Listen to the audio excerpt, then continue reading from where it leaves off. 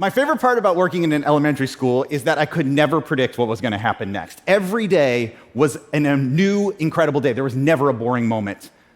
Sometimes you think that you're handing out a worksheet just reviewing the names of shapes.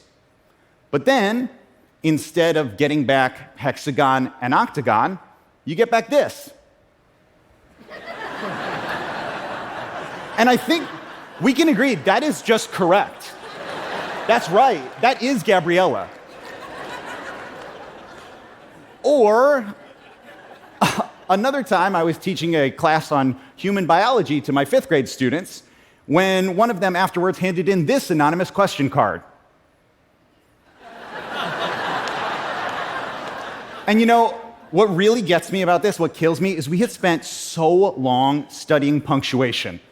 And he still used a period instead of a question mark. What are balls for, period? At the same time that I was teaching elementary school students, I was also teaching adults improv comedy at a local theater on the weekends.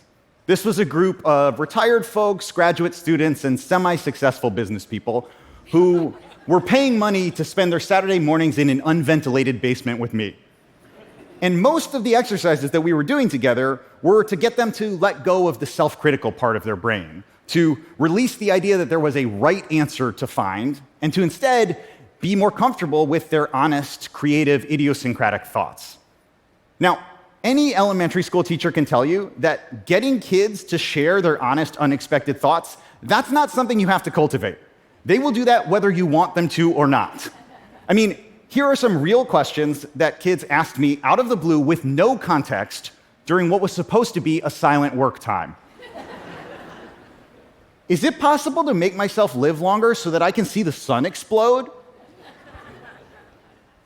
Are pigs actually prejudiced against women, or is that just an expression?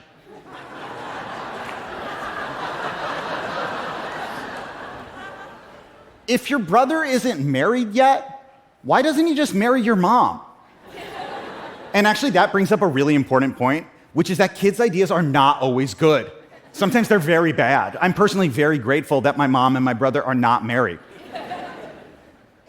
You know, there's some research that suggests that for many of us, 5th grade is close to the peak of this kind of wildly free, uninhibited creative thinking. But that does not have to be the case. In my experience, the difference between people with an amazing sense of humor and those without is often just whether they are willing to accept and notice their honest reactions or whether they try their hardest to fit them into a box. And that can shift over time. I saw that shift with my adult improv students.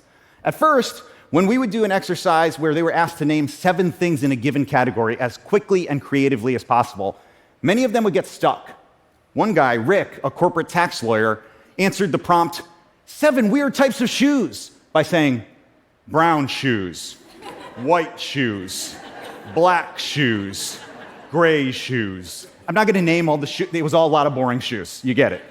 But then, after we practiced celebrating our more bizarre thoughts instead of repressing them, Rick eventually came up with a list that included things like shoes covered in mud, shoes covered in gold, shoes covered in the blood of my enemies, which is like, that's a lot, Rick. Actually, that's a lot. It's really a lot. But it's also definitely more interesting. And I think that's the point. When we turn off our self-judgment and we just notice the things that stand out to us or that we think, we can surprise ourselves in ways that are hilarious and delightful. Every comedian that I know has a notebook or some sort of document where they keep track of all the little odd things that they notice or think throughout the day. And what you find when you start keeping track is that there is no shortage of material out there. There is so much to laugh at. And if you have a little bit of courage to allow yourself to be laughed at and to laugh at yourself, you can make discoveries that you never would have otherwise, right? If you want to know what balls are for, sometimes you gotta ask. I have found that you can find laughter in even the driest places if you bring some of that mischievous 5th grade energy to the instructions and to what you're supposed to be doing, right? It doesn't have to be geometry class. It can be an opportunity for you to hang out with your good friend, Gabriella. Now, I have had the most fun when I apply these lessons that I got from my 5th graders to self-serious adult spaces, to places where I maybe feel intimidated or like I don't necessarily belong. So, for example, for me personally, LinkedIn. Terrifying. I've never had a professional resume. I've never been comfortable with business networking. But I've also always been kind of fascinated by LinkedIn. Like, they let you make a profile and they don't verify that you work at the place you say you work. So I decided I was going to test this out and have some fun. I made a profile on LinkedIn where I said that I was the CEO of LinkedIn. And I didn't think they would even let me do that. But not only did they, after I made the profile, one of the most incredible things that has ever happened in my entire life happened, which is that LinkedIn sent this email to everyone in my contact list. They sent that email. Congratulate Chris on the new job. Chris Duffy is now CEO of LinkedIn. That's a better joke than anything I could ever write in my entire life. I was the CEO of LinkedIn on LinkedIn for 1 year. And at that 1 year mark, LinkedIn sent yet another email to everyone in my contact list asking them to congratulate me on my work anniversary. And at that point, I received a message from a woman named Faith who worked on LinkedIn's trust and security team. She said, my account was being locked due to concerns about its inaccuracy. So I sent her back a photo of my license, front and back, to prove that my name was, in fact, Chris Duffy. Faith responded, the thing that we are concerned about is not that your name is not Chris Duffy. It's that you are claiming to be the CEO of LinkedIn. So I responded, Faith, you are taking a pretty disrespectful tone for someone who works for me.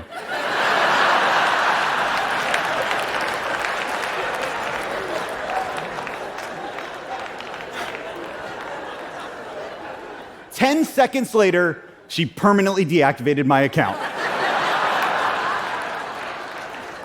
It was a short but glorious stint running my own personal social network. And now, what am I up to these days? I'm so glad you asked. I'm more than just a 5th grade graduate. I'm the founder and owner of TED. Congratulate me. You know you want to. Thanks for coming to my conference.